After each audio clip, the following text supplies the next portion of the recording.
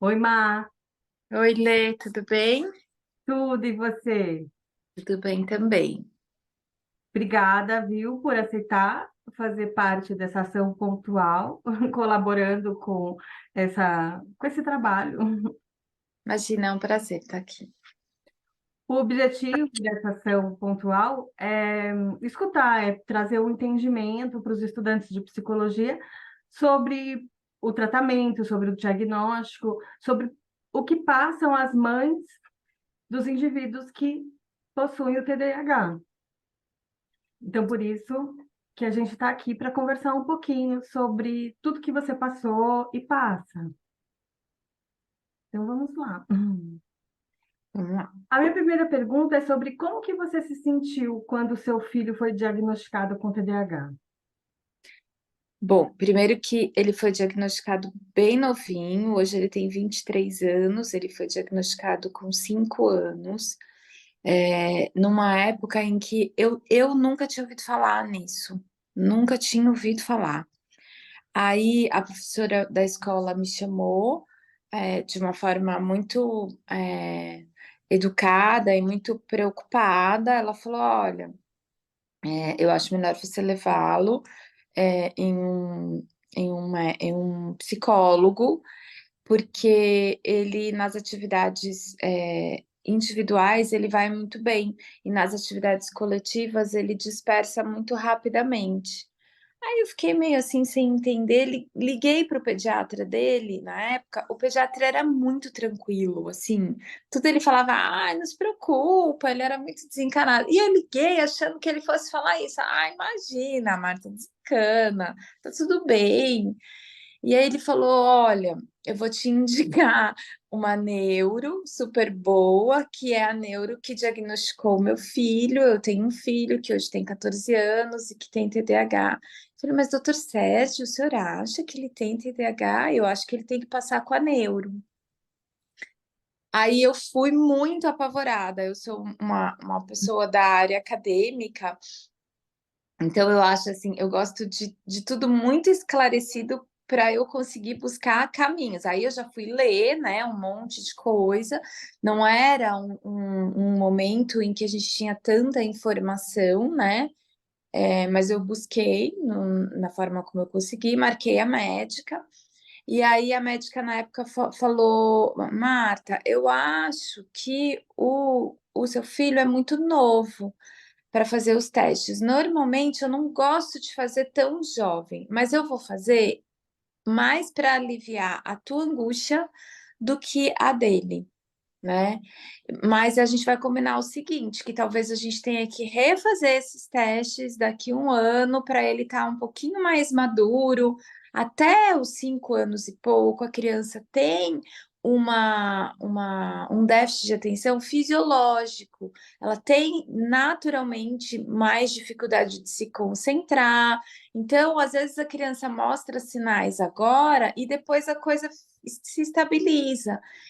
Se você tivesse tranquila, eu até aguardaria para fazer o teste, mas nós vamos fazer agora porque você está muito aflita com isso. Vamos fazer.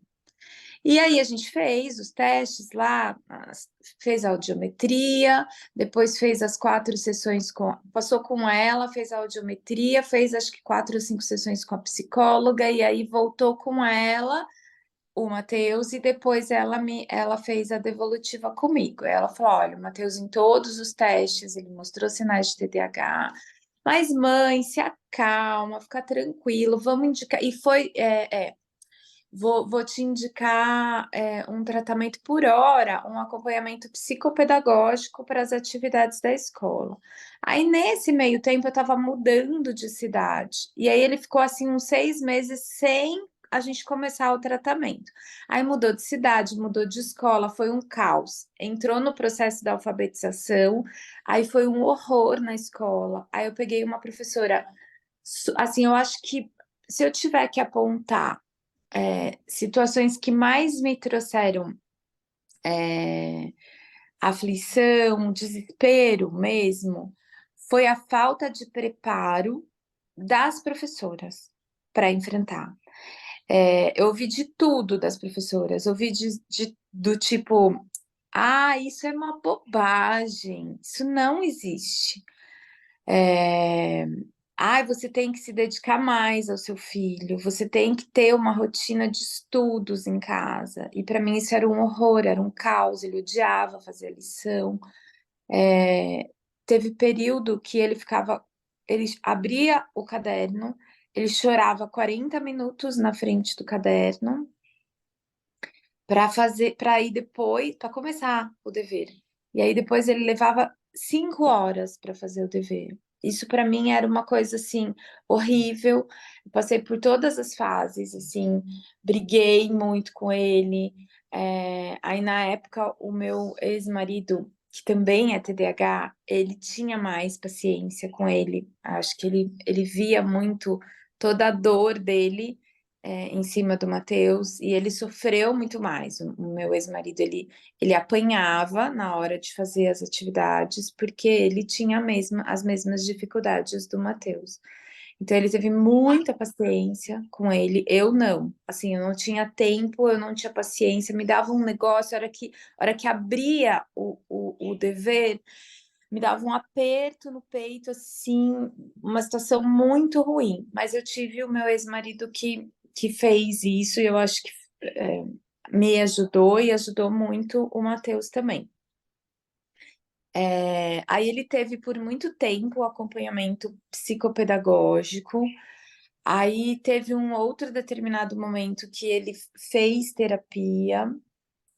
Teve muito momento que eu não conseguia pagar as duas coisas, eu não conseguia pagar a terapia e pagar a psicopedagogia, que eu falava para neuro, eu falava o que é mais importante agora, eu não consigo pagar as duas coisas. E aí a gente revezou muitas vezes, fazia psicopedagogia, porque as lições de casa eram muito importantes. Eu não queria que ele reprovasse, porque eu achava que isso ia ser mais desestimulante para ele. E a gente conseguiu, ele nunca reprovou. Tivemos várias fases na escola, assim, que foi mais fácil, porque a psicopedagogia, a psicologia ajudou, teve fase que era tudo muito difícil. Ele sofreu muito com as fases da escola. Ele foi medicado com 11 anos. Nessa época, a gente tinha mudado de cidade, estava em Jundiaí, estava com uma neuro, que a neuro era TDAH.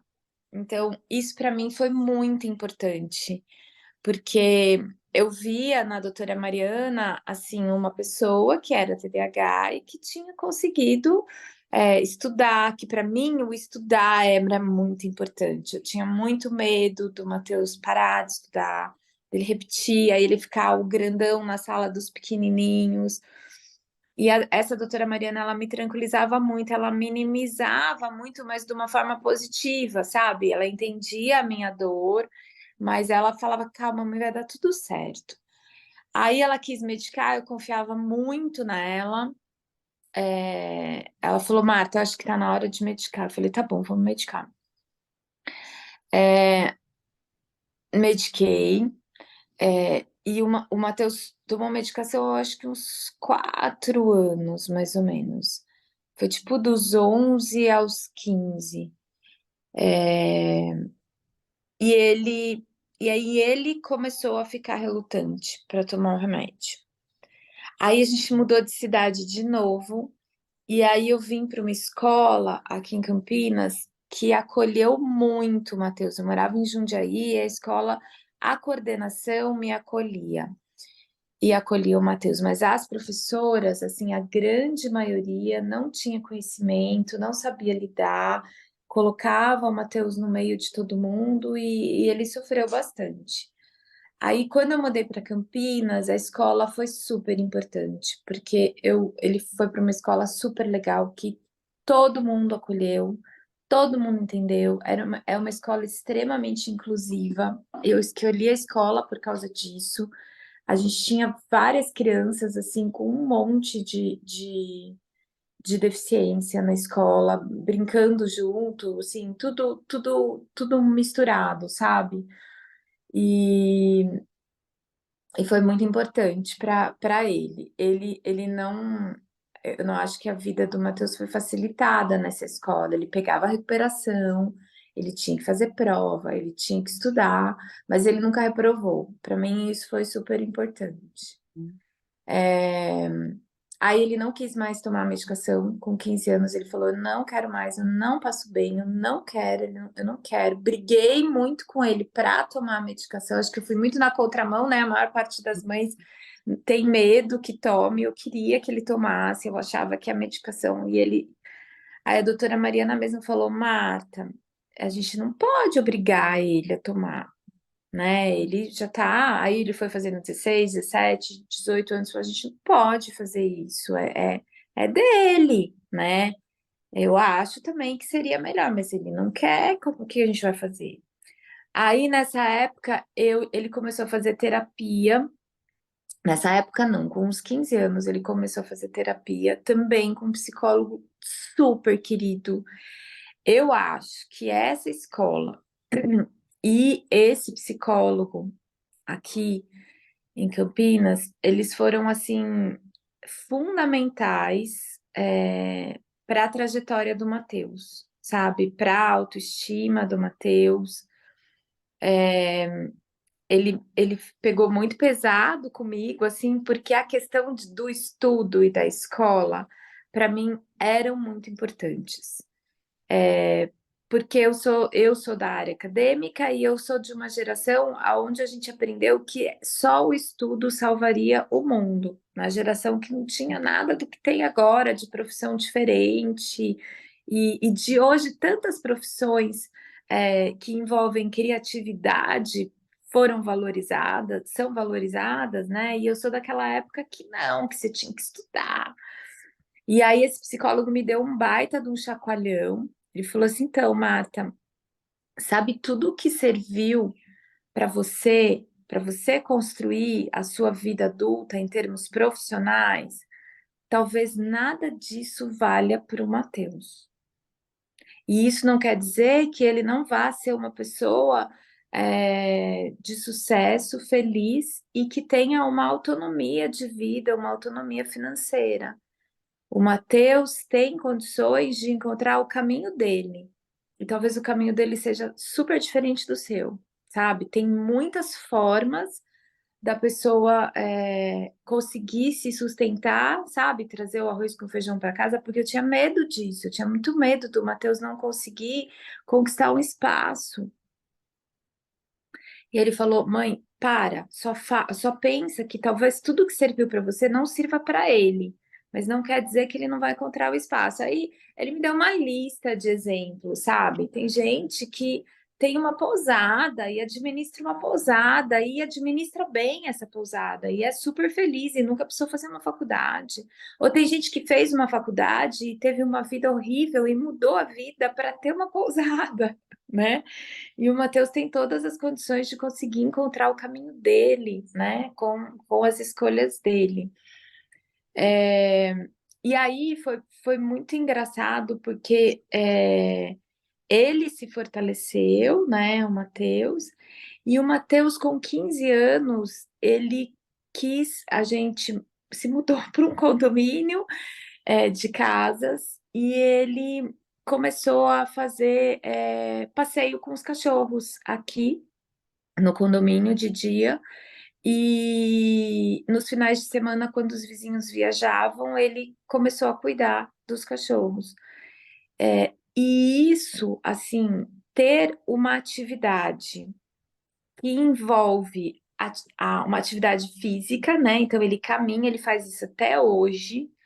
Ele caminha com os cachorros, então essa atividade física eu acho que é super terapêutica para ele. Ter essa conquista, e aí ele começou a ser super elogiado no condomínio inteiro, porque todo mundo achava o máximo ele morar aqui, ele ter 15 anos e ele fazer isso. Para os vizinhos é uma super mão na roda, porque é uma pessoa daqui de dentro, Quando eles viajam, o Matheus tem a chave da casa deles, entra, cuida dos cachorros, limpa quintal, dá água, tem uma super preocupação com os cachorros.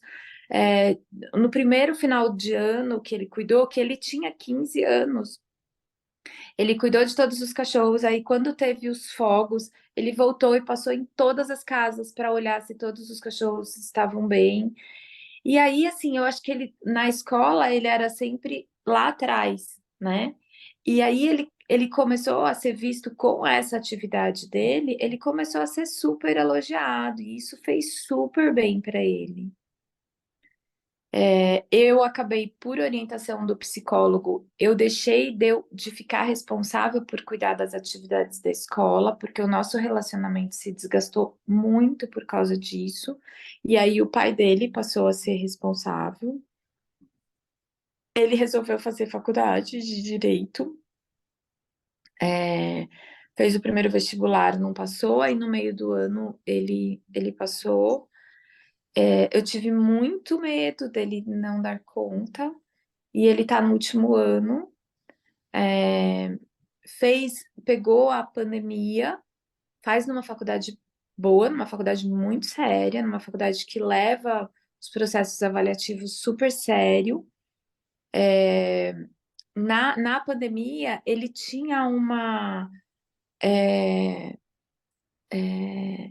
disciplina tenho que assistir a aula, ele realmente ficava no quarto dele assistindo a aula.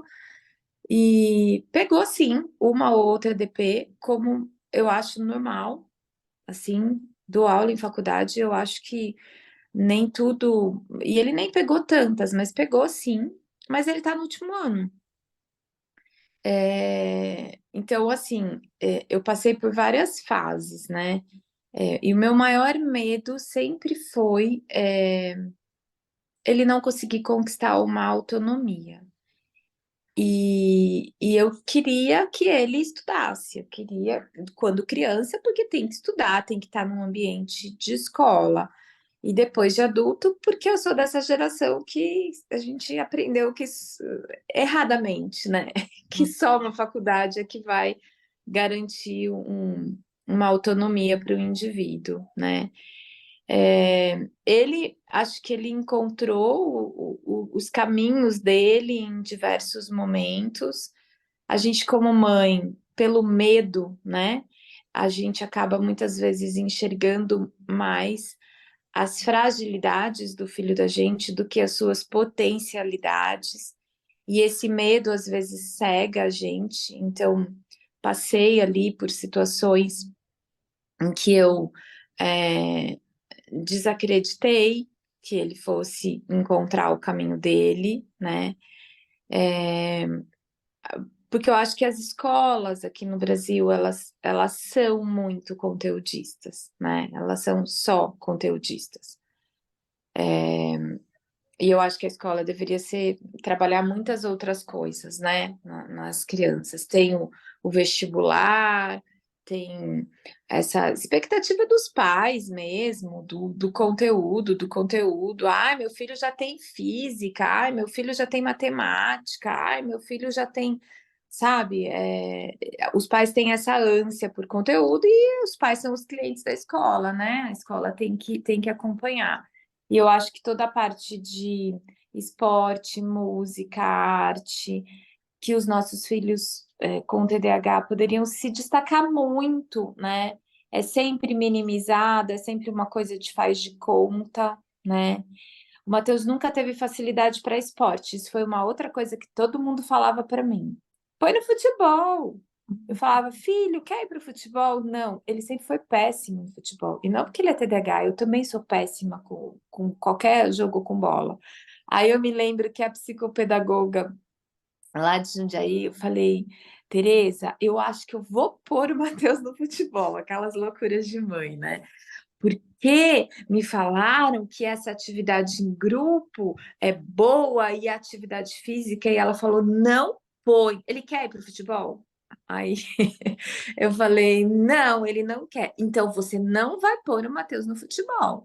E ainda mais escolinha de futebol, quem vai são os alunos que são bons em futebol, são as crianças que são boas. E lá é um massacre. Assim, não é nada disso que a gente acha que ai, vai lá para jogar uma bola, para tentar se desafiar. Quando eles são bons, isso funciona super bem, vai desenvolver bem.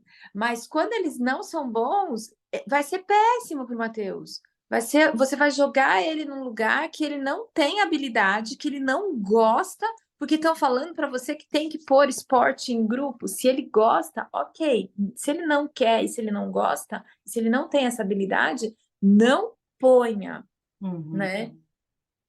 E, gente, uma coisa tão óbvia, né? uhum. E você acha, Marta, que existe um estigma social em relação ao TDAH? Acho. E como vocês lidaram com isso?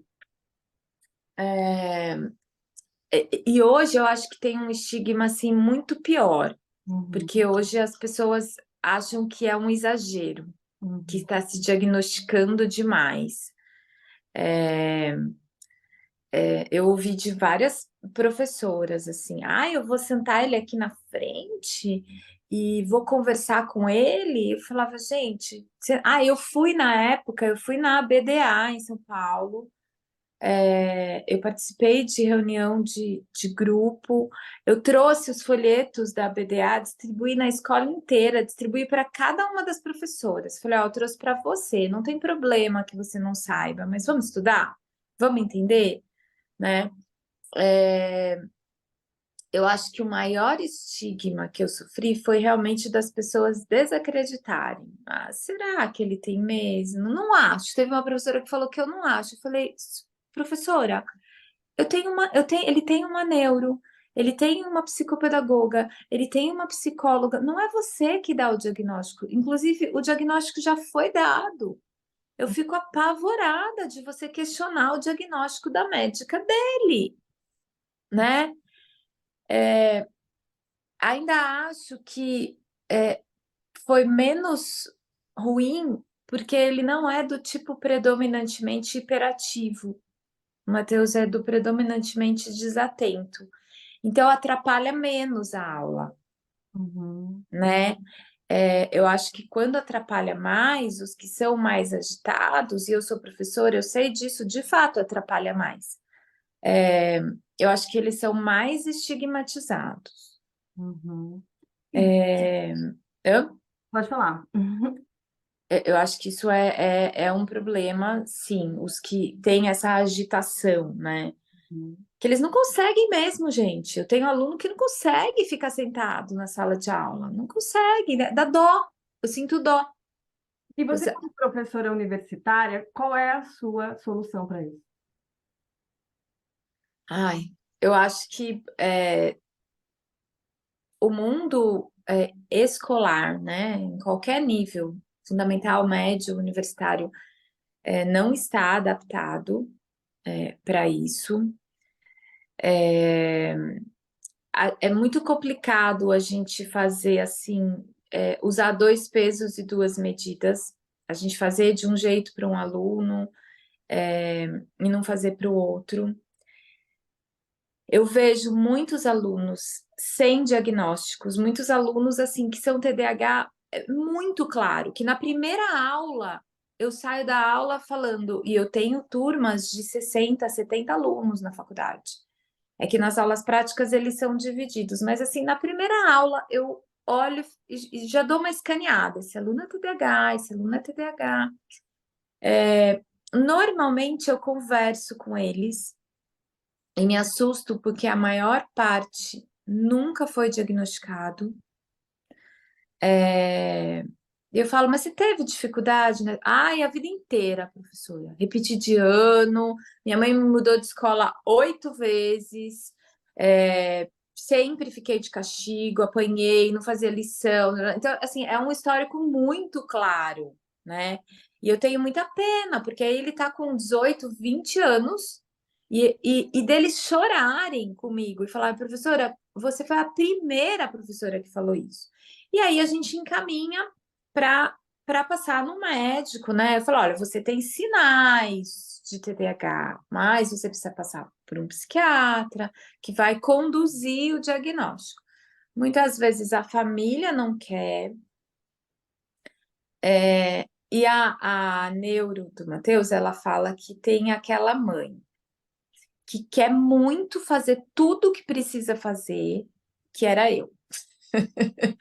Tem que dar remédio, vamos medicar, tem que fazer terapia, vamos dar um jeito de pagar a terapia, tem que fazer psicopedagogia, e quer fazer tudo muito, muito o tempo todo, porque na verdade a gente coloca muito todas essas terapias como que vai resolver para sempre, né? E na verdade não é que vai resolver para sempre, vai ajudar, né? Vai ajudar ele a passar, o filho da gente a passar por todas essas fases, garantindo a autoestima, que eu acho que que eu acho que é o mais importante, né? Eu tinha muito medo dele repetir de ano e ele tem muitos problemas com a autoestima em relação a isso. Então, ela falou, tem essa mãe que quer tudo e tem a mãe da negação, né? Imagina, meu filho não tem, e não leva mesmo. Ou leva em outros lugares.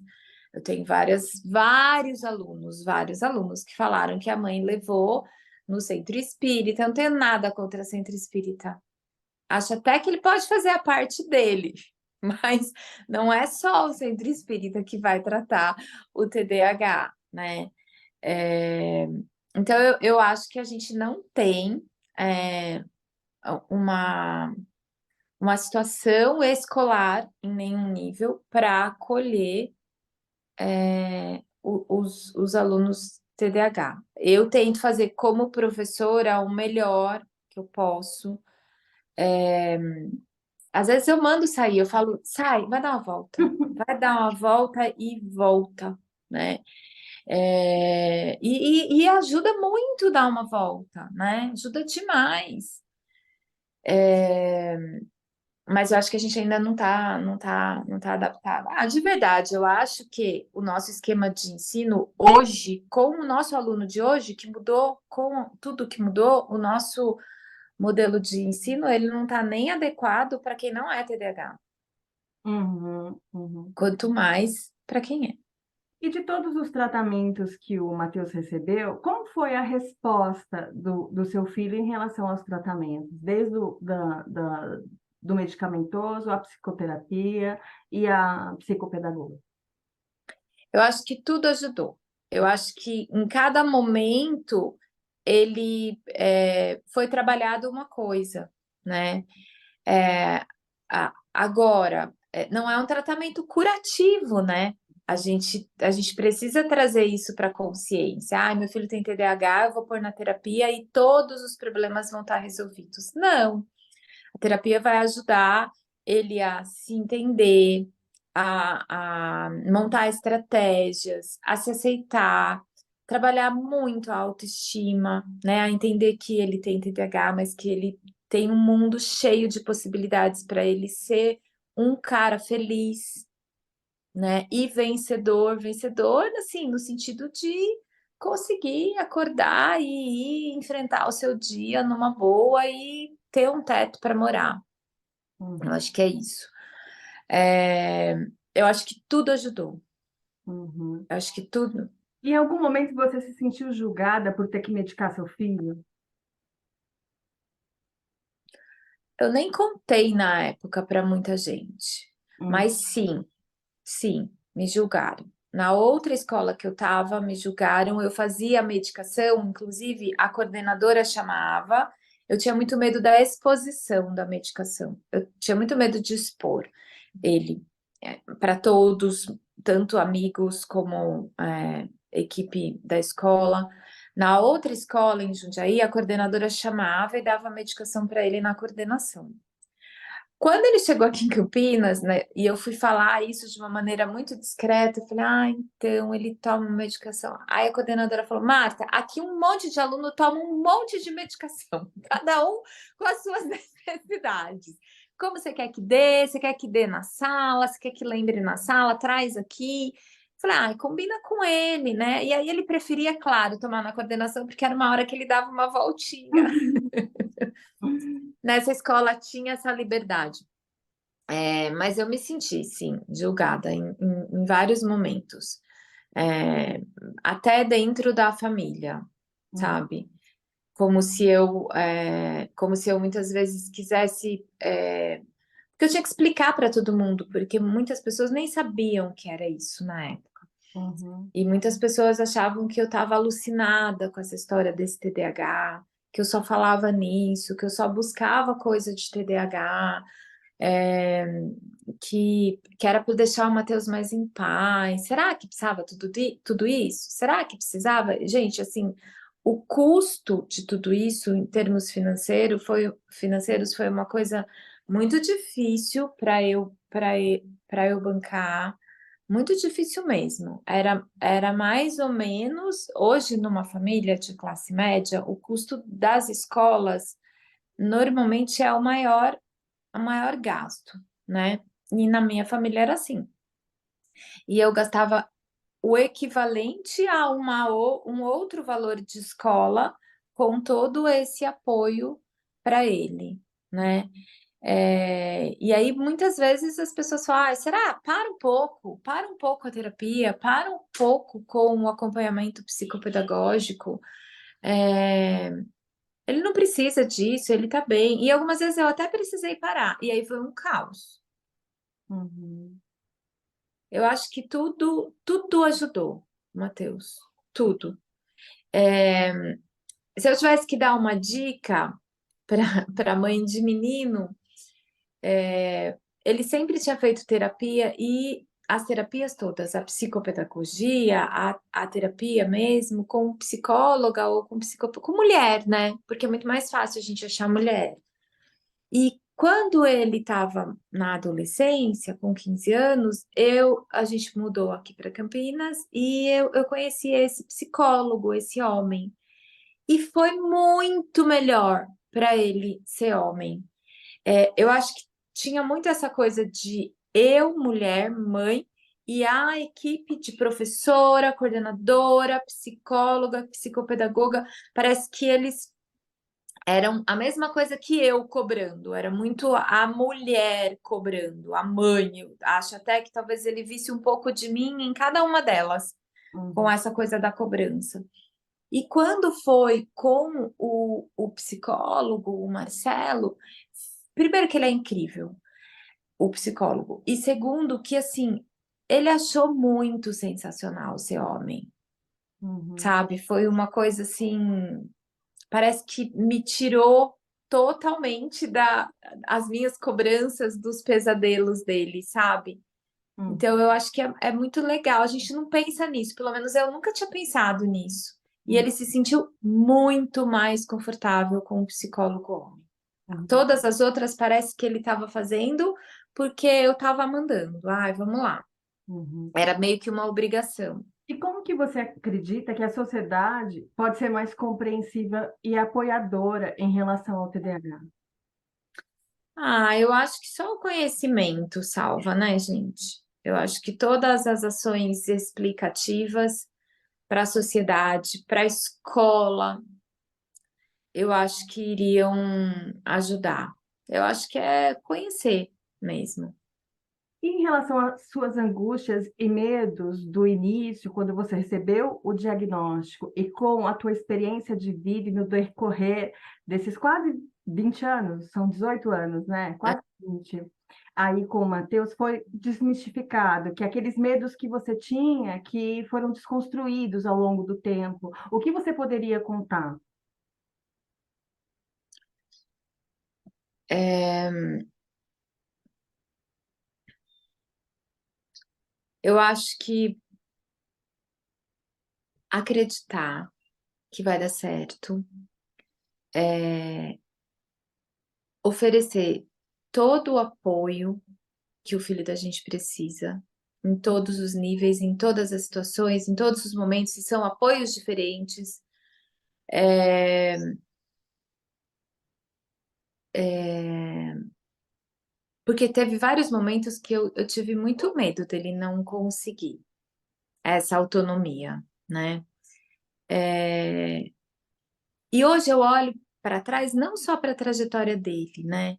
Mas para a trajetória de tantas pessoas que a gente conhece e que são TDAH e que nunca tiveram um diagnóstico e que conseguiram aí. Eu acho que conseguiram a duras penas. Eu acho o tratamento extremamente importante, sabe? É, o diagnóstico, o tratamento. Gente, é uma coisa da pessoa. Hoje se fala tanto em autoconhecimento, né? Que autoconhecimento é a chave de tudo, e eu acredito super nisso. E o diagnóstico faz parte do autoconhecimento, de você entender como que você funciona, porque o TDAH, ele reflete o funcionamento da pessoa, né? Então, eu acho que o diagnóstico é super importante, as terapias necessárias para cada um dos casos. Teve uma vez que uma psicóloga falou, foi uma fono, que falou, é,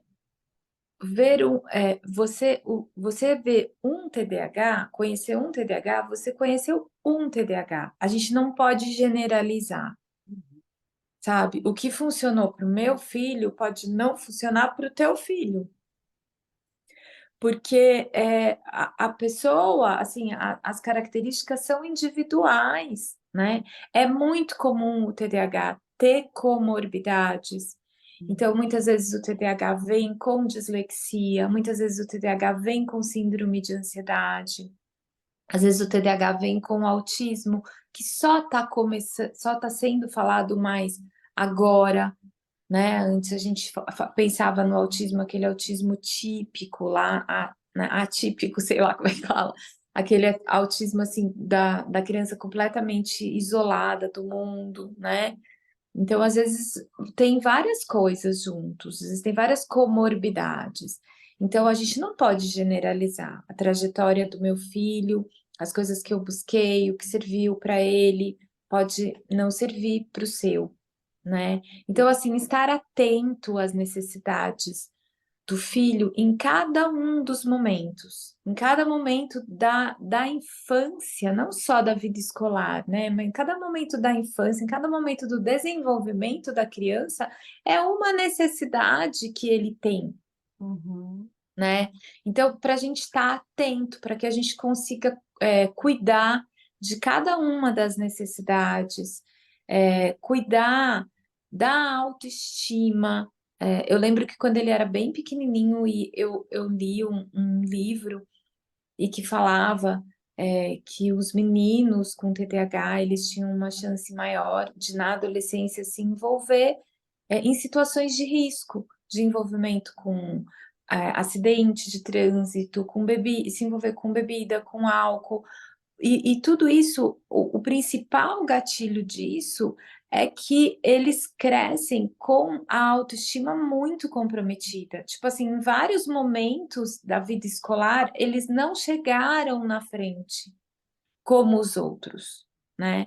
Então, eu desde o começo eu tive essa orientação e eu tive essa preocupação de cuidar da autoestima dele, porque eu entendi que era a autoestima que ia conseguir fazer ele vencer, era uma autoestima boa, que ia fazer ele vencer os grandes desafios, né? Da vida, né? Da vida acadêmica, da vida adulta, dos relacionamentos, né? Eu acho que a impulsividade é um traço difícil da gente lidar, né? E que a gente precisa estar atento, que a gente precisa. Eu acho que a impulsividade ela causa situações dificílimas de se lidar, né? Tanto para eles como para a gente. Então, trabalhar isso, trabalhar o controle da impulsividade,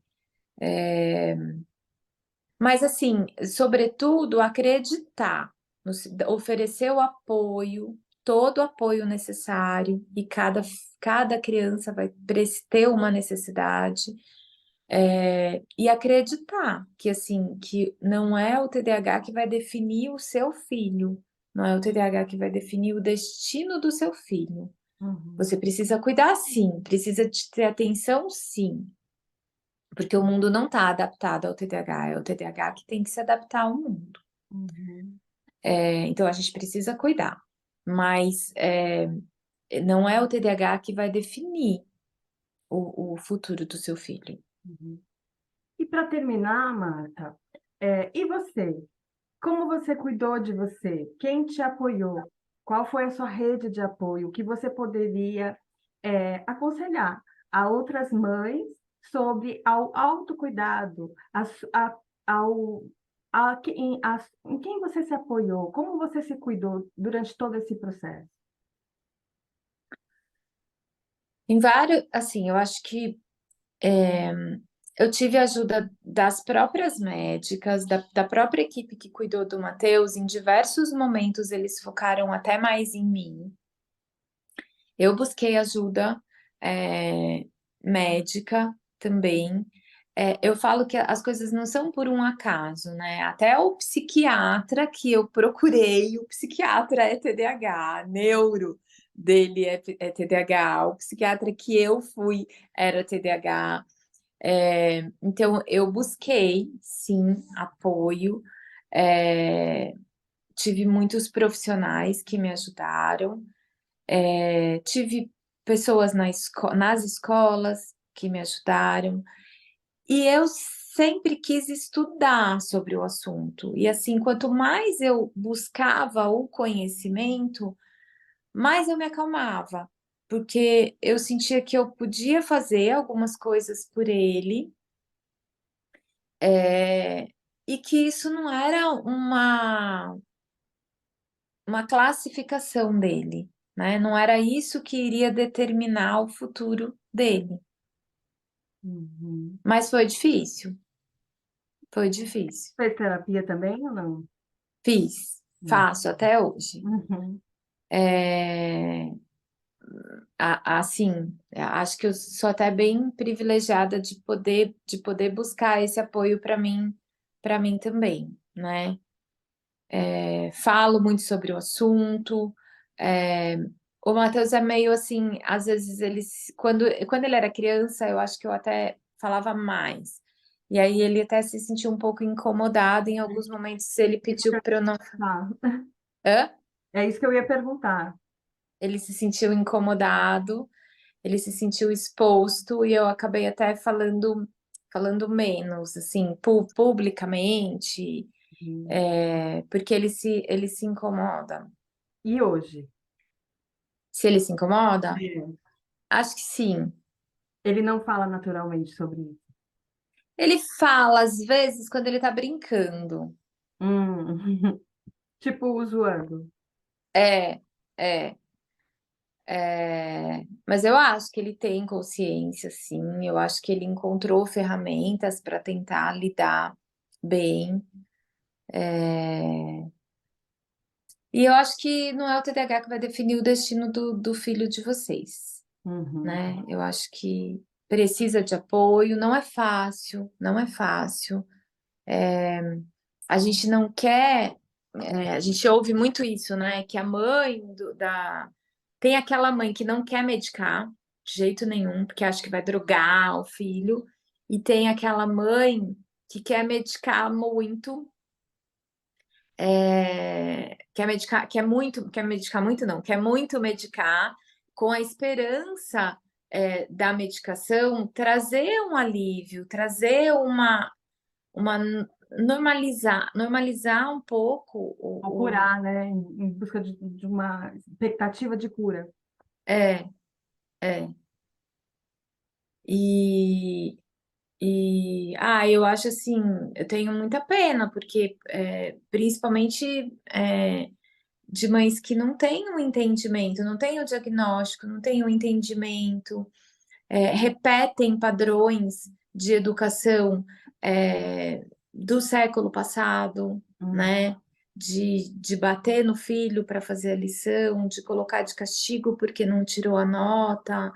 de tirar o videogame, né? Porque é, é reptiliano, sabe? Assim, os reforços negativos, eu acho que os reforços negativos, eles são muito destruidores. E eu não tô falando que eu nunca usei, não, viu? Eu usei, porque às vezes a gente é colocada em situações que tira essa, essa sensatez da gente.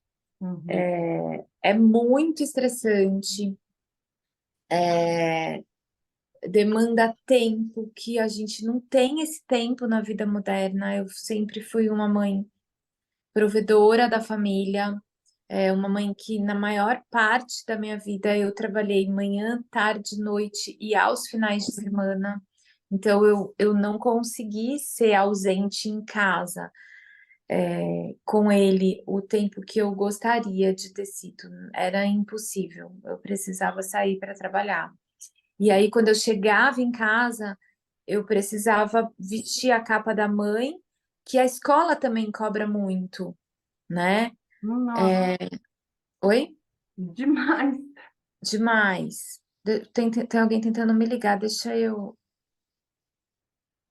Eu vou ignorar, Não é tá? fácil, né? Ser mãe não é fácil. Não é fácil. E aí teve uma época assim que eu chegava, eu tinha tão pouco tempo em casa, eu tinha tanta coisa para fazer em casa, principalmente com ele, né? Que eu chegava, olhava, eu olhava as coisas e falava: Matheus, você fez a lição? Você estudou para a prova? Deixa eu ver tua agenda.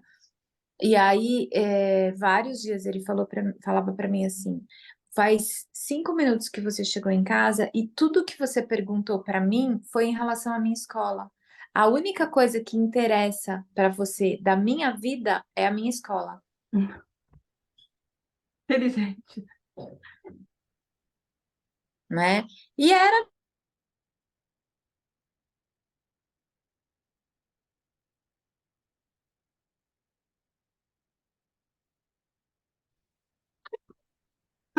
Voltou.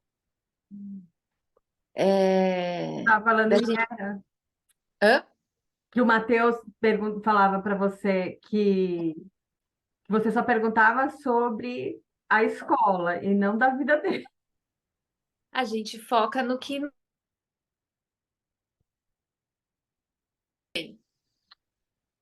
Voltou. o Matheus ligou o carro e aí entra o Bluetooth do meu celular entra no negócio dele, e aí deu loucura aqui. É, então, a gente acaba focando sempre no que a gente precisa cuidar mais, né? E o que eu precisava cuidar mais era da escola dele. E muitas vezes eu errei a mão, muitas vezes eu errei a mão, muitas vezes eu cobrei demais. E essa minha visão aí exclusivista de que só a faculdade iria salvar o futuro do meu filho, é, eu tinha muito medo dele não conseguir. Teve uma coisa que eu fiz, que foi a única coisa que eu fiz sem orientação nenhuma. Eu não perguntei para nenhum médico, nenhum psicólogo. Eu agi com o meu coração de mãe e eu acho que eu acertei. Ele estava num colégio que ele estava no ensino médio, acho que no segundo ano do ensino médio, alguma coisa assim. Primeiro ano do ensino médio. E era um colégio super conteudista. E aí ele ia repetir de ano. Ele foi péssimo o ano todo. Eu precisei mudar nessa época para esse colégio, porque era um colégio mais barato do que aquele outro que eu tava. E ele, no final do ano, mês de setembro, ele ia repetir de ano. E aí a escola acolheu ele super mal, um horror, foi tudo um horror. Não era para ele aquela escola. E aí ele ia repetir mesmo. E aí todo mundo falando, ai, deixa repetir, é bom repetir, porque aí não sei o quê. Não sei o quê. E aí eu tinha um pânico desse negócio de repetir. Eu não queria que o Matheus repetisse. Eu achava que isso ia ser uma coisa péssima para ele. Hum. Aí eu virei para ele e falei assim, filho, você topa transferir para um colégio de estado para você terminar o ano e não repetir? Ele falou, eu topo. Eu fui na escola do estado, mais perto da minha casa, e transferi. Depois muitas pessoas me criticaram também. Ai, você não devia ter feito isso, porque ai, ele tinha, talvez era isso que ele tivesse precisando, ter essa frustração para ver se ele conseguiria. Falei, gente, eu ouvi o meu coração de mãe. Uhum. E foi maravilhoso, foi maravilhoso. Eu queria que ele terminasse o ensino médio o mais rápido possível, porque não tem cabimento ensino médio, né, gente? Hum. No Brasil. É uma coisa assim desnecessária. E ele já dizia, Ainda mais para quem vai fazer direito, ter que estudar o quadrado da. não tem cabimento. Então eu queria que tudo isso acabasse logo. E foi muito legal para ele, né? E foi muito legal porque foi um momento em que, talvez acho que o único momento que Uhum, ele me sentiu parceira dele em uma dificuldade na escola. uhum, Porque todas as outras vezes eu forçava, não, vou pôr professora particular, vou estudar, tem que passar, tem que não sei o quê. Então, assim, catei ele do braço, fugimos juntos daquela situação horrível, e chegamos, ele foi aprovado. ótima saída, né? E eu não perguntei para ninguém. E aí, quando eu voltei no psicólogo, né, que é um psicólogo super legal, ele falou: ai, Marta, não sei se seria o correto, mas está feito. Você está feliz? O Matheus está feliz? Então tá tudo certo. Então, assim, não tem um script, gente, não tem uma regra, não tem um formato. Eu acho que tá atento ao filho da gente, tá atento às dores do filho da gente, para que a gente consiga socorrer a tempo, né? Uhum, Eles precisam de ajuda, eles não. No esquema de escola que a gente tem no Brasil, na sociedade, né? Porque a gente fala na sociedade, na escola, porque quando eles são crianças, a vida deles se resume muito à escola, né?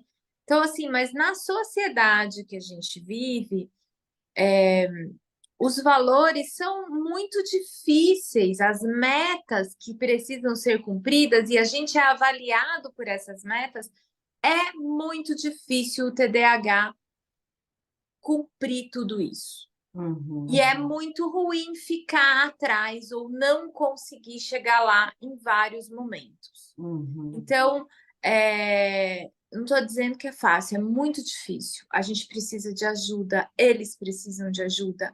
Essa ajuda é cara, isso atrapalha a vida da gente em todos os sentidos, de rotina, financeira, mas a gente não pode fingir que não está acontecendo, que o problema não existe. A gente precisa olhar para ele, buscar ajuda, fazer o que você consegue, né? Bater em várias portas e cuidar.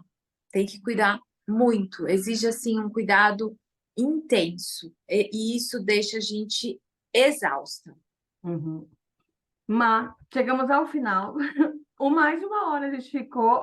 Muito obrigada. Adorei bater esse papo com você. É um assunto que eu adoro conversar também. Concordo plenamente com vários pontos.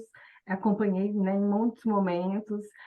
Entendo isso. Acho que muitas vezes a sociedade ela acaba colocando o o alto índice de diagnóstico como um fator. Se fala muito mais sobre isso do que sobre a falta de É, diagnóstico, sobre o problema, né? De que nós somos um país pobre, que diagnosticar TDAH é caro pra caramba, né? Então, será que tem mais pessoas precisando de diagnóstico ou diagnóstico a mais, né? Às vezes eu fico pensando que falta discutir mais sobre isso. Não que não seja ruim também o diagnóstico errado. É ruim. Só que dar voz só a um lado é ruim também, né? é verdade. E também, muitas vezes, a gente não para ouvir quem tem o problema, né? Quem passa pelo problema. E sim, só suposições. Ai, porque a mãe vai no consultório porque quer o diagnóstico. Será? Né? Será? Por que quer dopar o filho e dar medicação? Será? Não sei, pelo menos as mães que eu conheço nunca vi dessa forma, É né? verdade. E então pode ser que tenha, mas eu acho que o TDAH vem sendo discutido mais hoje em dia porque a ciência evoluiu mais em relação a este transtorno, em minha opinião. Em Então, relação à saúde mental, né, Lê? exatamente, em relação à saúde mental, se fala mais de autismo, se fala mais de transtorno bipolar, se fala mais de depressão, se fala mais de todos eles, né? É. Então, é importante falar mais sobre eles mesmo, em todos os pontos de vista, e não somente em um, né? E esse é o objetivo. Falar do diagnóstico, falar como que é importante ter um diagnóstico sério, mas também como é complicado pelo fato de ser não ser para todo mundo, né? É um horror.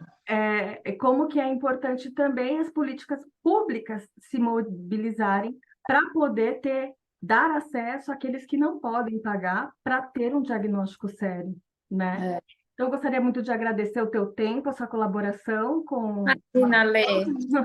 Prazer estar aqui e para falando. você um ótimo dia. Beijo. E Bom sorte dia. aí para o Matheus. Obrigada. Tchau.